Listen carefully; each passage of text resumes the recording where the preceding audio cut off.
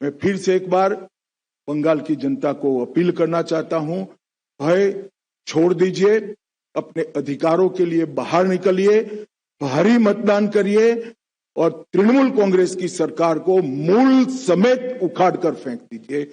आपने कहा कि भय मुक्त बंगाल बनाना एक बड़ा बीजेपी का सबसे बड़ा इस बार का एजेंडा भी है और इन्फ्लेटर्स की बात की है, लेकिन जिस तरह से मुख्यमंत्री ममता बनर्जी खुद स्टेज में खड़ी होकर ये कहती हैं कि बीजेपी अनऑफिशियल प्रेसिडेंट रूल लगा चुकी है, रिसफल हो रहा है आईएएस आईपीएस ऑफिसर का, अब कोई भी अगर किसी तरह का दंगा होता है तो उसकी जिम्मेदारी इलेक्शन कमीशन को लेना है और बीजेपी को लेना है। कल ही देखा गया रामनवमी के दिन में मुर्शिदाबाद में एक वायलेंस का वहां घटना को अंजाम दिया गया। तो सर किस तरह से देखते हैं, क्योंकि चुनाव है, एमसीसी लागू है और जिस तरह का माहौल अभी से बन रहा है, सर क्या कहना है इस विषय पर?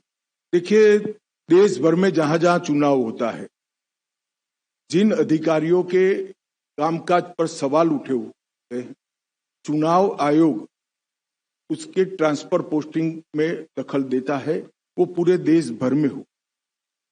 बंगाल में इसलिए ज्यादा दिखता है कि यहाँ सारे अधिकारी ही एक प्रकार से इनकी कैडर बन गए, तो यहाँ कुछ ज्यादा दिखाई पड़ता है। परंतु ममता बनर्जी जी अगर ये सोचती है कि विक्टिम कार्ड खेलकर हम सिंपैथी प्राप्त करेंगे, तो आपको कॉन्क्रीट मुद्दों का जवाब देना पड़ेगा और इससे बच नहीं पाओ।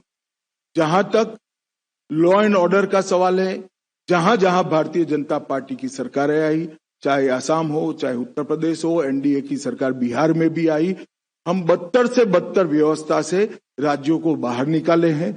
ये हमारा ट्रैक रिकॉर्ड है। बंगाल की जनता हम पर भरोसा कर सकती है।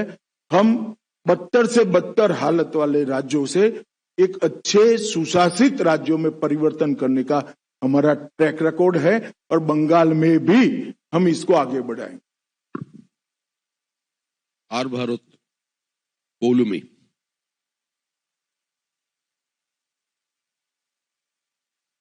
খাদ্যটা কি হলো?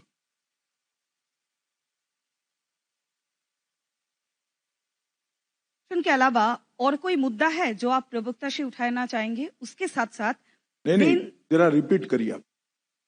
ममता बनर्जी की कुशासन के अलावा और कोई मुद्दा है जो आप प्रवक्ता से उठाना चाहेंगे? उसके साथ साथ भाजपा का कोई रेवोल्यूशन है जेन जेड के लिए जो कुशासन खत्म होने के बाद? जरूर, भारतीय जनता पार्टी का शासन जहां जहां आया, हमने डेवलपमेंट को विकास का आधार बना। डेवलपमेंटल कामों से हमने युवाओं की रोजगारी को भी बढ़ाया है। एक प्रकार से आप आसाम का उदाहरण देखिए। आसाम सालों तक अलगाववाद से, आतंकवाद से पीड़ित राज्य रहा। आज 10,900 से ज्यादा युवा हथियार डाल चुके हैं। आसाम में शांति है, किसी भी प्रकार का उपद्रव नहीं है और मैं आज दावे से कह सकता हूं, आसाम का इंफ्रास्ट्रक्चर देश के विकसित राज्यों के समकक्ष बन चुका और आसाम में आज न केवल सेमीकंडक्टर, ढेर सारी इंडस्ट्री भी लग रही है। आसाम आरोग्य के क्षेत्र में एक हब बन चुका है और ये सारा डेवलपमेंटल काम भारतीय जनता पार्टी की सरकार से आने के बाद हुआ है। ये हमारा ट्रैक रिकॉर्ड है, चाहे मध्य प्रदेश है, राजस्थान है, छत्तीसगढ़ है, उत्तर प्रदेश है, बिहार है। हमने सारे बीमारू राज्यों को विकसित राज्यों की श्रेणी में लाने के लिए एक चरणबद्ध प्रयास किया है और सफलता भी प्राप्त करी। मुझे पूरा भरोसा है कि कुशासन से बदहाल ये पश्चिम बंगाल को भी हम कुछ ही साल में देश के विकसित राज्यों की श्रेणी में रखेंगे।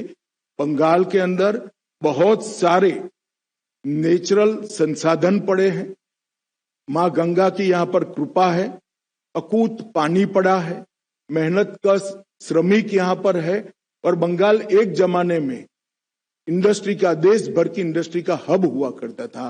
ये सारी चीजें कम्युनिस्ट और टीएमसी की अव्यवस्था वाले शासनों से, कुशासन से समाप्त हुई है।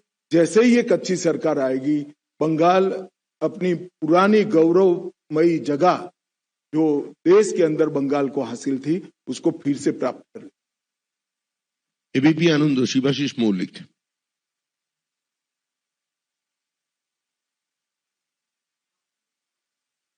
आपके आरोप पत्र में आपने कामधुनी से लेकर आरजीकर तक महिलाओं के बारे में बहुत सारे जो निर्यातन के घटना घटी है पश्चिम बंगाल में, उसके बारे में जिक्र किए हैं।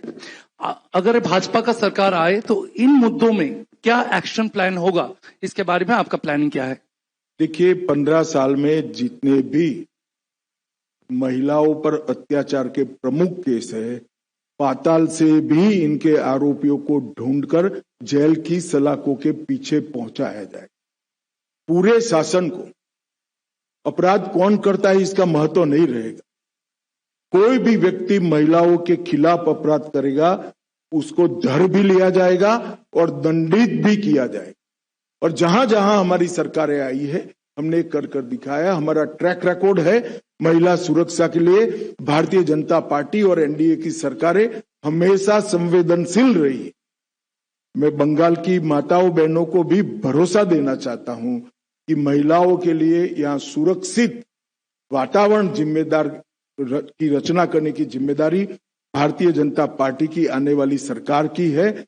और विशेषकर कामकाजी महिलाओं के लिए पूरी स्वतंत्रता रहे, पूरी सुरक्षा रहे, मुखर कर वो अपनी बात कह सके, अन्याय को मुखर कर वो उठा सके, इस प्रकार की वातावरण का निर्मित करने की जिम्मेदारी भारतीय जनता पार्टी की बनने वाली सरकार। एनडीटीवी मुनुगा।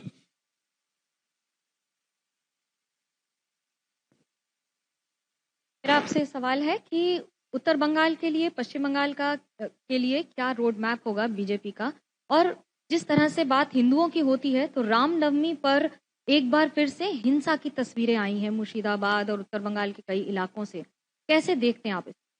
देखिए, इस बार थोड़ा कम ही हिंसा हुई है क्योंकि ममता जी के चहेते ऑफिसरों को चुनाव आयोग ने ट्रांसफर कर दिया। फिर भी हिंसा जरा भी नहीं होनी। हम सब समुदाय की सुरक्षा की यहाँ पर चिंता करेंगे और विशेषकर बहुमत समाज की, क्योंकि तुष्टीकरण के कारण बहुमती समाज के साथ यहाँ बड़ा अन्याय हुआ है। जहां तक उत्तर बंग का सवाल है, बहुत अन्याय हुआ है। पहले कम्युनिस्टों ने भी किया और बाद में ममता बनर्जी ने भी किया है। उत्तर बंग हमारे देश की सुरक्षा के लिए भी बहुत महत्वपूर्ण क्षेत्र है और समग्रता से बंगाल के विकास को अगर गति देनी है तो नॉर्थ बंगाल को भी गति देनी पड़ेगी। वहां इंफ्रास्ट्रक्चर, स्वास्थ्य, इंडस्ट्रियल डेवलपमेंट और शिक्षा, ये चारों क्षेत्रों को, और उत्तर बंग की जिस प्रकार की डाइवर्सिटी वाली कल्चर है उसको भी हम बढ़ावा देंगे, इसकी सुरक्षा भी करेंगे। हमारे घोषणा पत्र में उत्तर बंग के लिए एक प्रकार से हम विशेष चैप्टर भी लेकर आने वाले। G24 मौमिता चक्रवर्ती। सर, बंगाल में अभी माइग्रेंट लेबर का बहुत ज्यादा प्रॉब्लम है क्योंकि यहाँ पे नौकरी नहीं है। 5,000 या फिर 8,000 में नौकरी मिल जाए वो भी बहुत बड़ी बात है। तो do you have any specific plan for youth generation? देखिए, इसका समस्या का समाधान एक ही है, यहाँ पर इंडस्ट्रियल डेवलपमेंट को गति देना।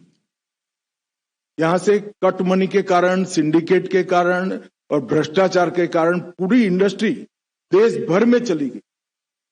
आजादी के वक्त बंगाल एक प्रकार से भारत के प्रमुख औद्योगिक राज्यों में से एक माना जाता और कोई जवाब ही नहीं दे रहा है ऐसा क्यों हुआ। अगर यहां पर इंडस्ट्री आती है तो युवाओं के रोजगार की गारंटी अपने आप बढ़ जाती है। हम सबसे पहले इसको प्राथमिकता देंगे। और जो आप बता रही है बहुत कम मुआवजे में रोजगार कर रहे हैं, मतलब उनकी तनख्वाह बहुत कम है, इसका मेन कारण घुसपैठिया है। घुसपैठिया जो घुस रहा है हमारे युवाओं के अधिकारों का, रोजगारी का भी और रोजगारी के मुआवजे मतलब उनकी तनख्वाह का भी बहुत बड़ा खेल बिगाड़ अगर कोई रहा है तो घुसपैठिए बिगाड़। एक बार सरहदें सील हो जाएगी, बंगाल के अंदर बहुत सारा परिवर्तन। दूरदर्शन प्रसेनजीत बख्शी। हाँ,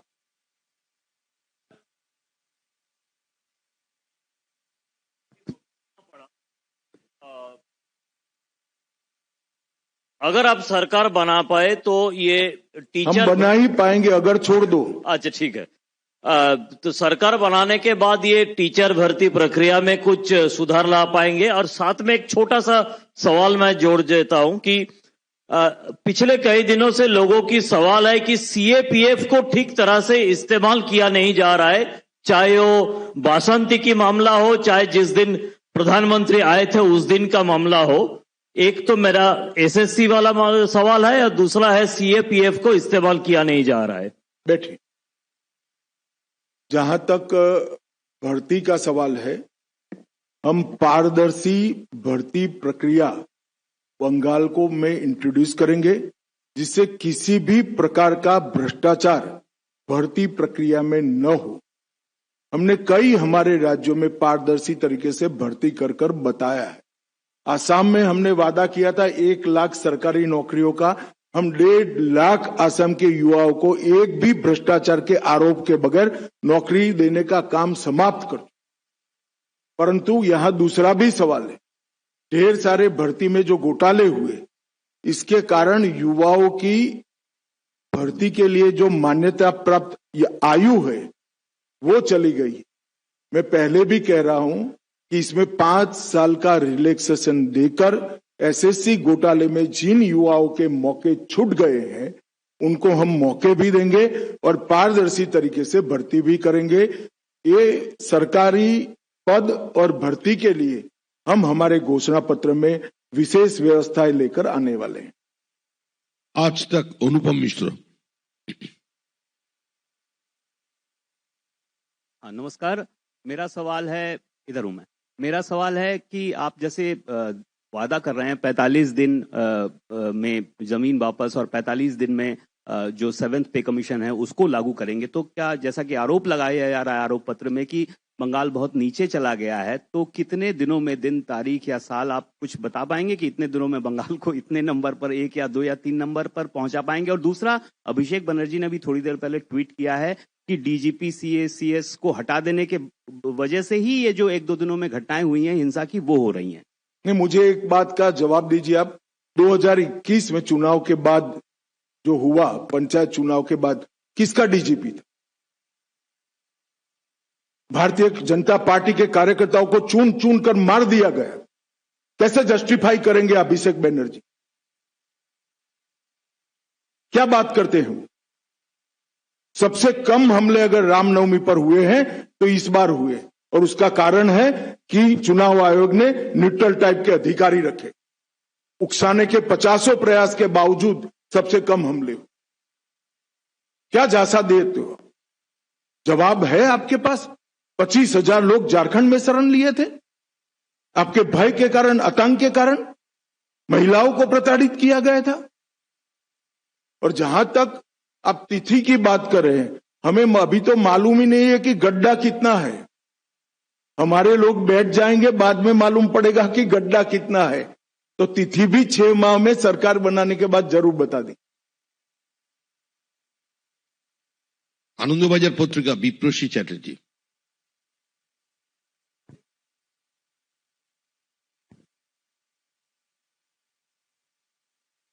Honorable Home Minister, sir, I want to ask you a question regarding the migrant laborers who speaks in Bengali have been beaten in various states. As a Home Minister, what is your thought about that matter? देखिए, ममता जी बड़ी कुशलता पूर्वक Bengali speaking और बांग्लादेशी दोनों के बीच में भेद को समाप्त कर रही। बांग्लादेश से घुसपैठ करने वाले लोग भी बंगाली बोलते हैं। मैं बंगाल की जनता को बताना चाहता हूं, कोई भी बंगाल के मूल निवासी को कोई तकलीफ नहीं पड़नी है, किसी को चिंता करने की जरूरत नहीं है। मगर इसका मतलब ये नहीं है कि बांग्लादेशी घुसपैठियों को यहां पनाहगाह बनाया जाएगा। हमारा दृढ़ संकल्प है कि घुसपैठियों को चुन चुन कर निकाल दिया। और ममता बनर्जी जी को मैं कहना चाहता हूं कि आपकी ये ट्रिक्स को बंगाल की जनता बहुत अच्छे तरीके से समझ रही है। कृपया कुछ नई ट्रिक लेकर आए तो शायद इल्यूजन खड़ा होगा। ये पुराने तौर तरीके से बंगाल की जनता अब झांसे में नहीं आने वाली।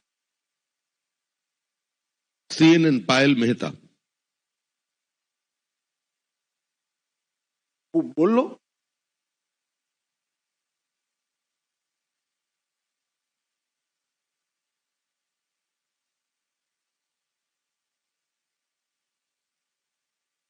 राष्ट्रपति जी को आके कहना पड़ा था कि ममता जी मुझसे क्यों नाराज है और मेरे साथ ऐसा क्यों व्यवहार किया। तो जो जिस तरह का व्यवहार यहाँ पे जनजाति समाज के साथ किया जाता है उस पर आपका क्या कहना है और आगे इनके लिए बीजेपी का क्या प्लान है? जो बंगाल एक जमाने में सौजन्यता के कल्चर के लिए पूरे देश और दुनिया में वाहवाही बंगाल को मिलती, वही बंगाल आज संवैधानिक पदों पर बैठे हुए व्यक्ति, चाहे राष्ट्रपति जी हो, महिला राष्ट्रपति हो, ट्राइबल राष्ट्रपति हो, इनका इंसल्ट कर रहा है। चाहे प्रधानमंत्री जी बंगाल की खबर पूछने के लिए आए हैं, मतलब नेचुरल आपत्ति के बाद, तो वहां पर अफसर न भेजकर प्रधानमंत्री जी का इंसल्ट करना, प्रधानमंत्री जी के कार्यक्रम के थोड़े दूर मुख्यमंत्री धरने पर बैठ जाना, मेरी तो समझ में नहीं आता कि क्या हो गया है। और बंगाल की जनता को देखना चाहिए, हमारा बंगाल एक प्रकार से सौजन्यता के संस्कार के लिए पूरे विश्व भर में प्रसिद्ध था। यहां दुनिया के हर लोगों को, हर मत को, हर विचार को प्राधान्य दिया जाता था, आवभगत होती थी। इतनी असहिष्णुता कहां से आ गई? क्या ललक है आपको? और ये बात बंगाल की जनता भी टीएमसी से पूछना चाहती है कि किस प्रकार से आप देश के राष्ट्रपति जी का अपमान कर सकते हैं, विशेषकर वो जब ट्राइबल समाज से हैं, महिला राष्ट्रपति है। किस प्रकार से देश के प्रधानमंत्री का अपमान कर सकते? और ये बंगाल का कल्चर तो कम से कम नहीं था, ये टीएमसी का कल्चर हो गया। पूछ लो तुम अंतिम। हाँ, एक मिनट। सब एक साथ तो नहीं पूछ पाएंगे, बैठ जाइए। रवि। हाँ सर, मेरा सवाल यह है, पश्चिम बंगाल में क्योंकि आप लोग कह रहे हैं कि घुसपैठिया है, फिर एसआईआर की प्रोसेस किया जा रहा है उन लोगों के लिए जो कि यहाँ के वोटर नहीं है, उनको हटाया जाए, तो पॉलिटिकली एसआईआर के बाद पश्चिम बंगाल में बीजेपी को कितना फायदा होगा सत्ता में आने के लिए? देखिए, एक बात पहले समझ लीजिए, एसआईआर के खिलाफ ममता जी एक काल्पनिक हवा खड़ा कर रही है। देश भर के अब तक लगभग 14 राज्यों में एसआईआर हो चुका है। कहीं पर कोर्ट केस नहीं हुए, कहीं पर जुडिशियल अफसर नहीं बिठाने पड़े हैं। इसी चुनाव में केरल और तमिलनाडु भी चुनाव में है, वहां डीएमके की सरकार है, वहां कम्युनिस्टों की सरकार है। एसआईआर हो चुका, मतदाता सूची प्रसिद्ध हो चुकी है, कोई गड़बड़ नहीं हुई है। एसआईआर को सहयोग न देना इसका एकमात्र कारण है कि ममता दीदी घुसपैठियों को बचाना चाहती है और घुसपैठियों के वोट से फिर से चुनकर आना चाहती है और अगले 5 साल और घुसपैठ कराना चाहती है। अगर ममता दीदी, आपका स्वप्न कभी पूरा नहीं होने वाला है।